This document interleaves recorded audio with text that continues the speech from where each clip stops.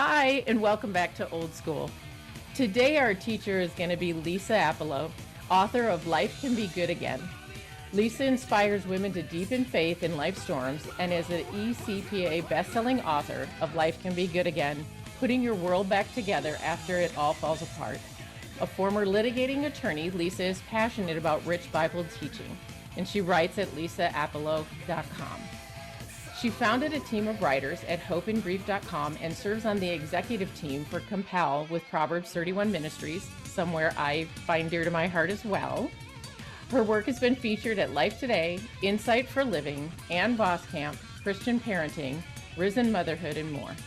As a single mom of 7, God bless you, Lisa's days are filled with parenting, ministry, and long walks to justify lots of dark chocolate.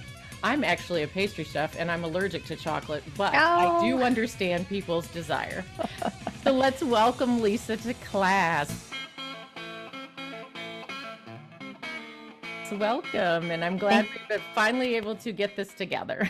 Thank you so much for having me. I'm looking forward to it. I am too.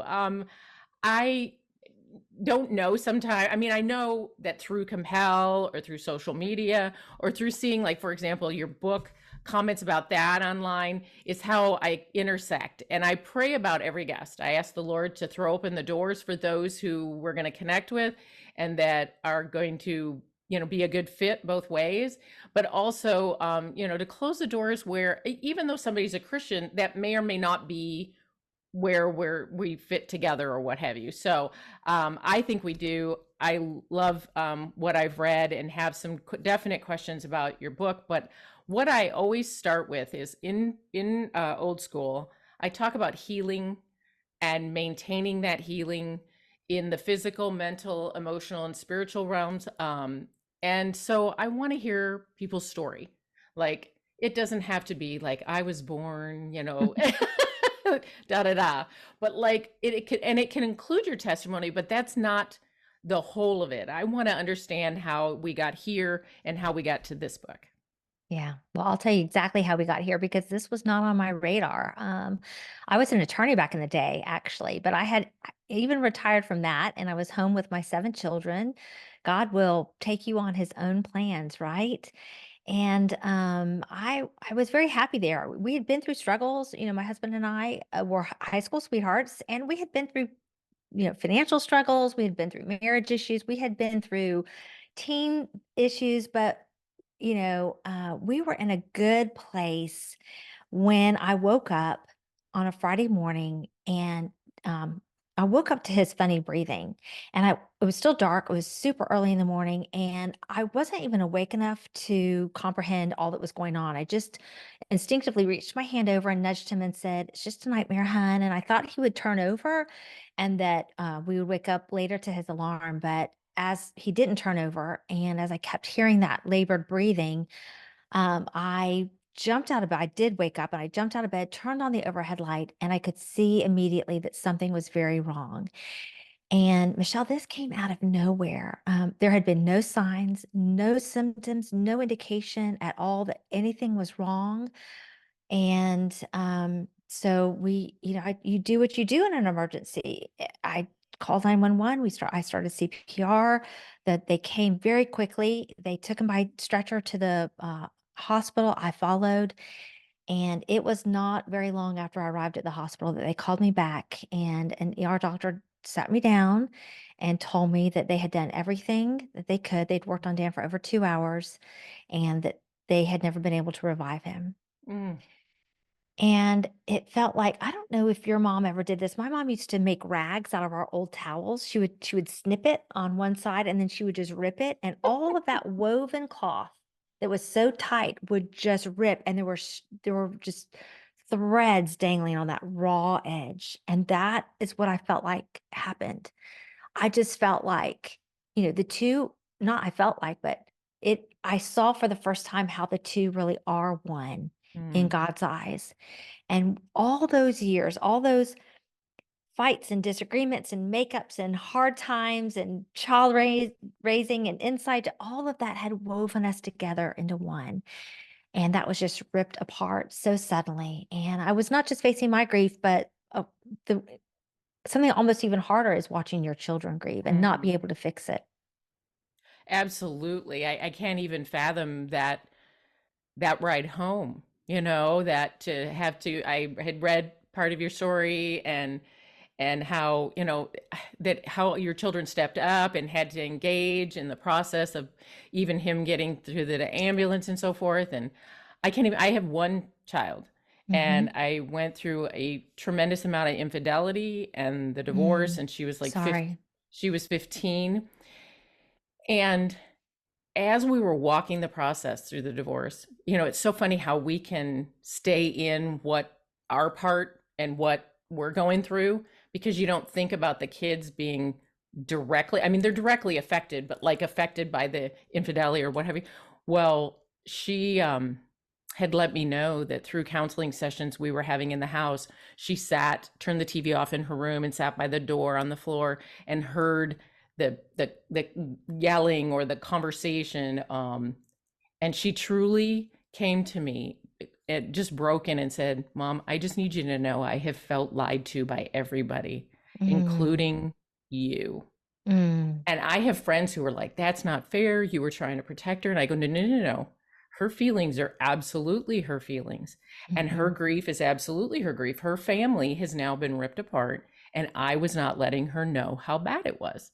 Mhm. And yes, that may have been me trying to protect her, but that still doesn't give me permission not to accept how she was feeling about it. So Mhm. I can't even imagine coming home to seven that you have to walk through that process, because people have had less grief ridden incidents tear them from their relationship with God. So you're now the one that has to be there and has to, not only hang on to your own relationship with God about how did this happen, but all of theirs as well.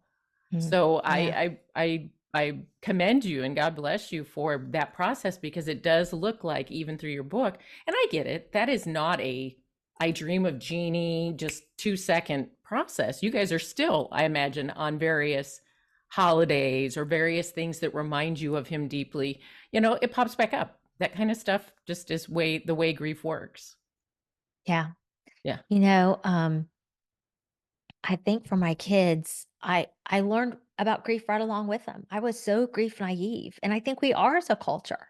I think we're scared of it. We will all grieve just as you've grieved, and I think even calling other disappointments and losses in life grief are helpful to help us understand like the emotions and the physical and mental, all of that spiritual that is involved in it. The only thing I knew is that we all grieve differently. I don't even know how I knew that. I think my sister had a conversation with me on the phone, but I was so grief naive. And so we really grieve together. And I honestly think that that is probably a good way to approach it, to say Mm. like, I can't fix this for you. And I am just hurt, right? I'm broken and I'm shattered right along with you. And it's okay. Like we're going to have different days where somebody is my teens wanted to kind of go back to life as normal. They were grieving, but they didn't want their peers to see that at church and, in Mm. sports. My toddlers were very open. They would just tell anybody that they met their Sunday school teacher over and over again. My daddy died, just very black and white. My daughter grieved differently than my sons. And then we have grown into our grief. My younger ones have grown into their grief. A 4-year-old and a 6-year-old cannot possibly understand what a father is. Mm. Like they can at 16 or 21 or when they become a father themselves. And so at each point, being open, not blaming grief for everything, but saying, yeah, we're gonna grieve together and we're gonna do it different. It's gonna look different for everybody. Well, and that's the thing with all the components of life, and some of it comes down to terminology, and words do matter. But when we're told as parents not to pave the road for our kids, not to go out and make everything all smooth, because it's the stuff we go through that builds our character and grows us more like Jesus. And even for just life stuff, they talk about how easy life doesn't generate a person who's, ready to handle hard things, and we're all going to Mhm. handle hard things. So I think it is awesome that, like you said, to term when we go through the loss of something. Maybe a friend turned out to only be for a season. It's okay to grieve that loss. They didn't Mhm. die, but they are now potentially kind of dead to you because now they're no longer in this season or no longer in your sphere of influence. So I think it's important to acknowledge that everybody handles everything. I mean, they handle mentally how they take things in or emotionally how they take things in.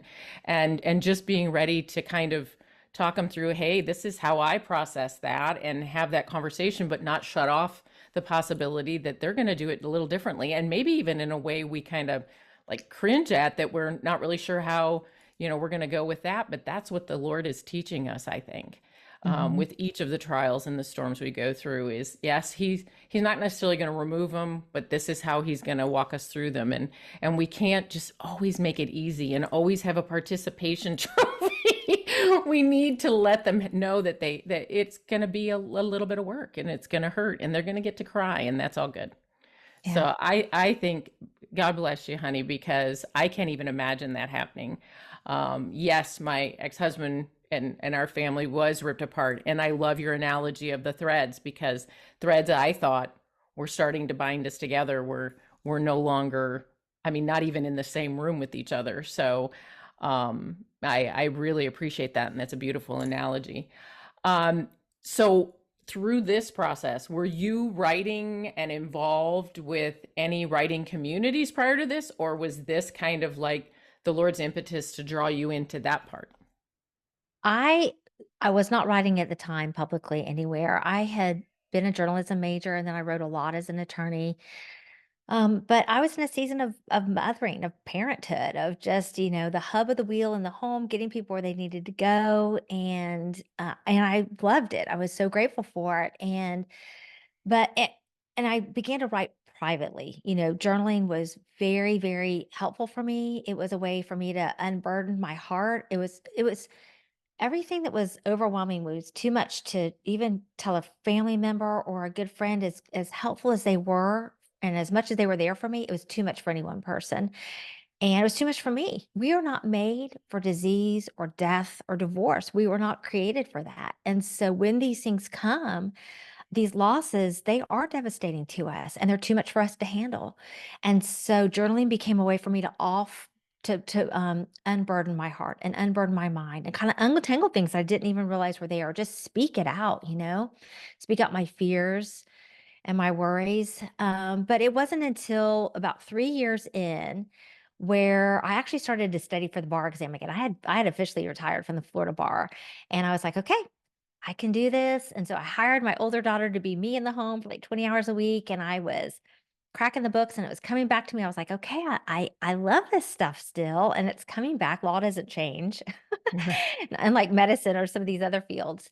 And in the process of studying, God really I had to wrestle with God, because he was clearly calling me to ministry and to write. And I thought, look, I can support my family through law. I know how to do that.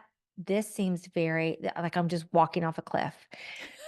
But you can't argue with God. I mean, at some point, it just became me laying face down on my carpet and saying, okay, all right, I will do this. And I did have a couple friends that after I surrendered, that I went to, and all of my children, I thought my children were going to say, Mom, you're crazy.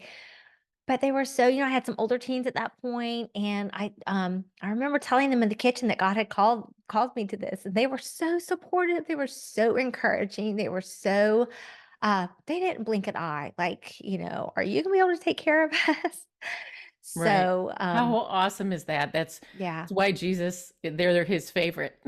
Yeah, so good. They don't let all the crap come in, and the Yeah. no's and the it's impossible, because nothing's impossible with him. And if he called you to it, He then has been so faithful, yeah. so faithful. I Yeah. feel exactly that way. And again, another analogy that I can relate to. Sure, the Lord tapped me to write a book 10 years ago. I guess it's more than that now that it's been a few more years. But I drug my feet. I was kind of like Moses. I was saying, are you sure? Because my daughter is actually going to college for English and creative writing, and has a book already situated and a book of poems and all this good stuff. And I was like, maybe not me.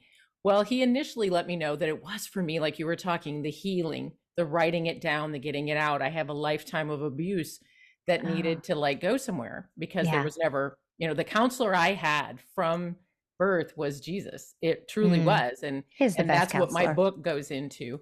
Yes. But after I drug my feet a little bit, and then finally I had my divorce, and I feel like he knew I was going to drag my feet, and now that had to be part of this healing as well. And I found myself on my face before him, literally in my living room, saying, I got nothing. I got nothing. And I want to be what I need to be for my daughter. Like, I can't fix her grief or, make it go away, but I need to be that example of how a godly woman does walk this path, because I felt like I hadn't been for my marriage. Because even though we divorced because of infidelity, by the end, I wasn't being a biblical portrait of a wife because I was just done as well. I mean, Mhm. I ended up being the only one fighting for it at all. So I was on my face before him going, what is next for me? And I don't have, a husband in the household either. And so it's like, but I only have one child and I was getting money from my ex. So um, it was so interesting that, yes, there is a job, but this job is so cool that it's only 4 days a week. And there's plenty of time around that for podcasting, for writing, for speaking if need be. So he just has been the provider of each of those spaces all along. And my daughter, even as we've walked through some of that grief, has been my biggest supporter, I have to say. I She love has that. just been my champion. I mean, we certainly have our stuff because when kids are teenagers through their 20s, they kind of start, doing this to you, stiff Yeah. arming you. Oh, yeah.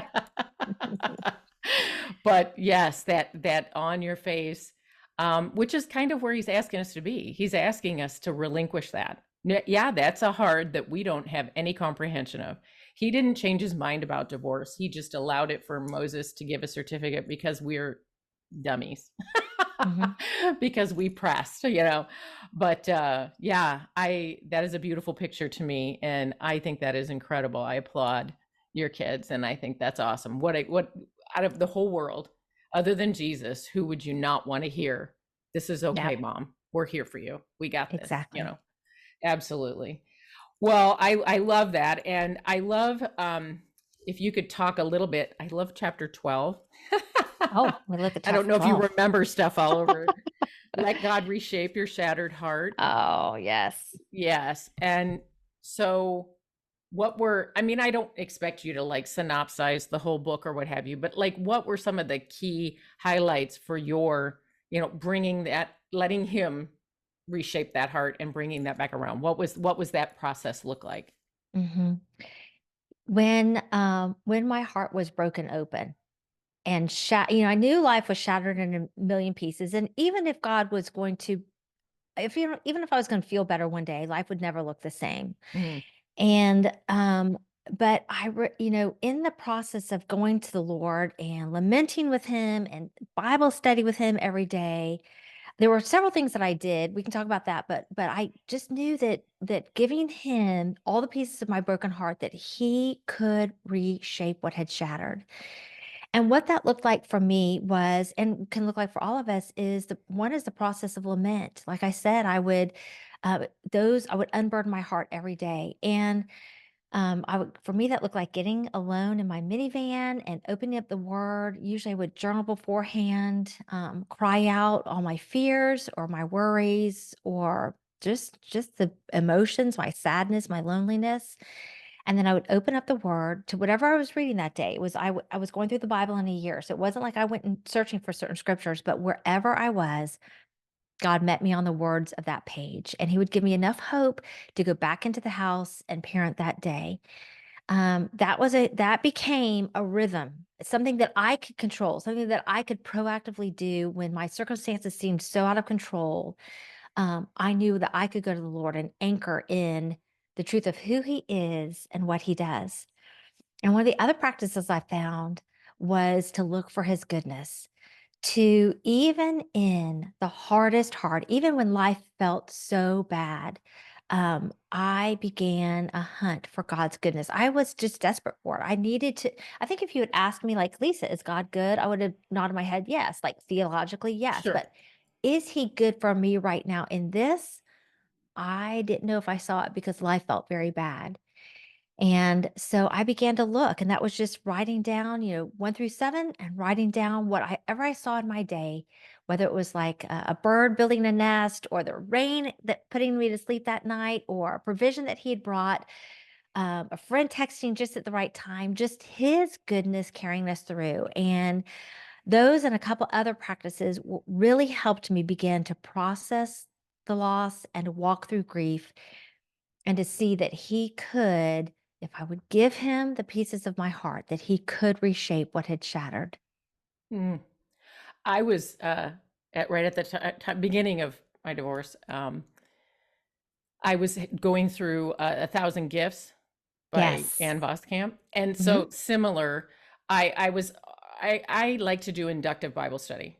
So I have read through the Bible in a year like a dozen times, and I consider it like a competition with my type A personality. So now I'm actually going through and listening to him about what book and really drilling down. Like Mhm. this year for 2024, it's going to be the Gospels, one per quarter. So I have the time to go through it several times, like you do when you inductive study.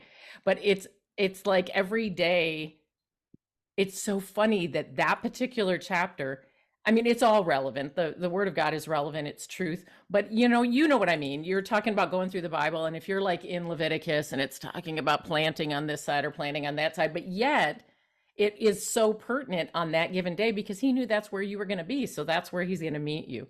And doing that along with writing at least three things.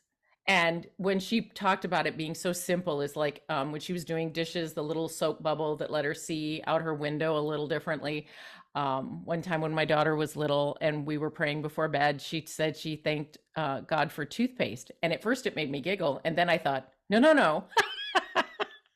Thank you for toothpaste and for people Yes. who avail themselves of it. So, yes, absolutely, because we can easily look at the hard and we can Yeah. easily look at the painful and the negative. I have my daughter gave me a journal with my name on it for Christmas last year. And so every year I begin a new journal. And what I decided this one was going to be is when I get up before I turn on any other light, I'm going with the light. It's starting to get light here by that time, and I am writing something, even if it's just a couple of sentences, like almost a haiku of positive words. My pastor did a series on thoughts, and we need to do a thought audit, and how we have 60,000 thoughts a day. Yeah. 95% of them are repeats, and 75% of them are negative. Well, I was tired of this. I'm like, all right, I can easily stay in that hamster wheel. So I decided that every morning I'm going to get up and take that journal. And even if it's just a couple sentences, I'm going to say what I'm choosing positive out of that day and what's going to go well out of the day. And it has been one of the more anxiety dissipating. I don't want to say suppressing because I don't want, then you're holding that inside, but dissipating things I do along with breath work and stuff. So Yeah. that is just awesome. I think people are starting to realize that journaling, telling their story, even if it's not going to necessarily be published, is such a healing thing because you're right. When we're in the middle of it, can we answer? And he's big God. He can take it. He says so many times, do not be afraid. He says so Mhm. many times how much he loves us and how he's with us with that valley and how he's not going to leave us and forsake us. But when we're in the midst of it, can we honestly say that's what we're thinking about or that's what we're hanging on to? It is hard. And you've been given a portion of big hard. And I know we all have our hard, but that's big hard. So God bless you. And I love that as a thought process as to how we can kind of walk out of that. So you started with your journaling. How many years after that did it turn into a book? Um, I started my website 3 years in, and I did not even have actually, when God called me to write, I really thought I would freelance. So, but then when I researched freelancing, I saw that you have to have a blog. So I was like, okay, I'll have a blog because they want to see what you write. So, I kept my secret blog for like a whole summer. And then in the fall, I was like, ta-da, like, look what I've been doing. And it feels so vulnerable to share your writing. And honestly, Michelle, this was another piece of it. Having walked through the raw pain of loss, I did not want to go back and revisit it. I really did not want to talk about grief. I did not want to share. I was happy to sit with somebody over coffee or share my testimony, but I didn't want to write about it because I had been through that and it was so heavy. And I was glad to finally be getting to a place where I wasn't like finished, but it was not that dark despair that I had walked through. But God shut talk about opening doors and shutting doors. God shut every door. Well, I had homeschooled for like over 20 years. And I thought, I'll write about homeschooling. That all, nothing there resonated. Every time I write about other things, it never really resonated.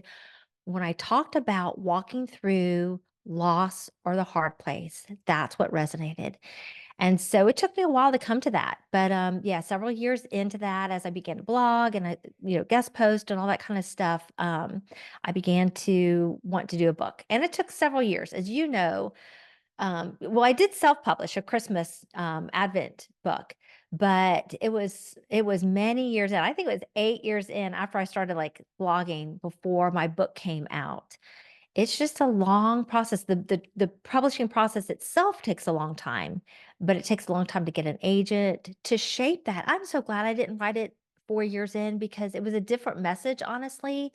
It had been shaped, it had been refined. I had been all over, speaking on this topic, meeting with women, meeting with those who are hurting in lots of ways, not just widows, but hurting in a lot of ways. And so, by the time it came out, I felt like it was a message ready to, to say like there is a way for life to be good again, even when life has fallen apart. Awesome. That is that I'm walking that journey. My writing coaches, they were open to me. They said, I understand that you think you want to traditional publish. Well, all we're saying to you is here are the components of both, and just stay open-minded and don't consider self-publishing a step down. Because Yes. traditional publishing, you're in the end, in either way are you going to make money off of a book. That's just, it needs to be. Somebody told me this the other day and I thought it was genius. They said your book is your calling card. Oh, Now you yeah. can go speak. Now your podcast can gain additional credibility, all this stuff. So if your goal is to make money by writing a book, well, sweet pea, you need to rethink that.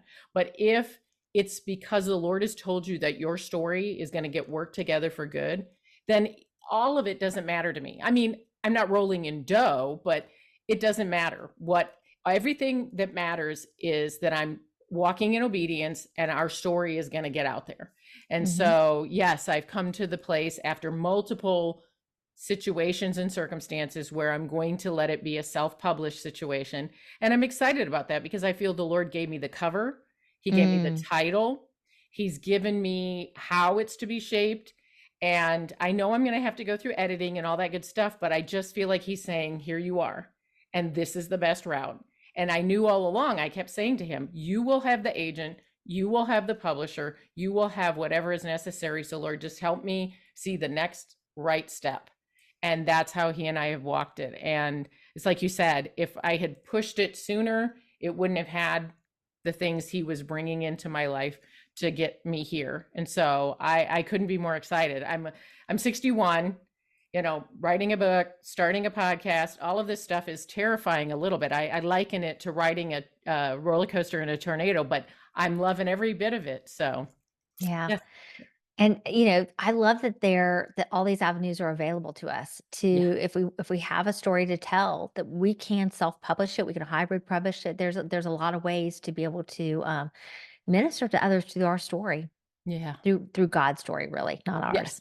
I always call it my story, his story, our story, Yeah. because that's really what it is. It is not, I mean, who wants to hear? And I'm not making less of myself. I'm beautifully and wonderfully made. Yay, I'm a princess of the king. But who wants to just hear me blather on about myself? That's not, nobody wants that. I mean, unless you're a celebrity, and even then, not every celebrity can do that either. You have to have the greater message. And I feel like he's led me in that. So, well, I absolutely love this book. I love your story. I love that your countenance can be so joyful. I mean, I've seen definitely emotion on your face as you've had to, go through these things while we're chatting, but just how incredible, how good is God for us. So the way I end every podcast, and when the more mature guests, and I'm not saying you're one of those, but like Bob Goff is older than me, and he was one of my guests, and he's my coach. I ask them for this nugget. I ask them, what is the one thing, if you can narrow it down to one, that you wish you had known sooner or somebody had told you sooner? Yeah, I know exactly what it is. Your life is not plan B. I think so many times things can happen unexpected, things that we didn't, even wounds that people, you know, wounds of others that we're having to walk through, injustices. And we can think, I'm living my second best life. I'm living the leftovers of the life that I wanted, the one that I ordered. And one day it occurred to me when I was very honest with the Lord and said, I don't like my life. On the heels of that, I just in my spirit felt like, while this had not been expected for me, that God had allowed it. It had been very much God. It was not unexpected for God. And as such, it was not a plan B, that God does not give us the leftovers of life. He doesn't give us second best. Instead of a plan B, it was an intentional chapter 2. And because of that, it had as much joy and goodness and life as all the days before. And it didn't immediately, I didn't immediately go away from that quiet time and say, I am all better. Wow, that's a nice little bow to put on all this. Not at all. But it did realign me to the truth that everything good wasn't behind me, that I hadn't been set aside or left out, um, that I didn't just have to make the most of it, that God had intentional good and life and joy for me. And it was for me to heal and to go after it and find it and not miss it. And so that has really been life this side of Dan's death is me. And it's not a one and done. There are No. days where I'm like, oof. But to say, Lord, you still have good for me. And I don't want to miss it. And no matter what we choose or don't choose, like you said, it's not a plan B. I love that saying. That's so perfect because he knew before the foundations of time how this was going to roll. He is Yeah. not caught off guard, and he has us right where he wants us. Yeah, exactly. Yeah. Well, this has been awesome, Lisa, and I'm glad we were able to finally get this together. And I love that you invite out, and you all find out through my newsletter and so forth that I'm taking on a new venture. So we'll discuss all of that another time. But I want Exciting. to thank Okay. everybody for coming to class. If you want to connect with Lisa, there'll be all of her information in the show notes, and you'll be able to reach out to her or my connection stuff, and you can reach out to me to get to her. Definitely highly recommend her book, Life Can Be Good Again.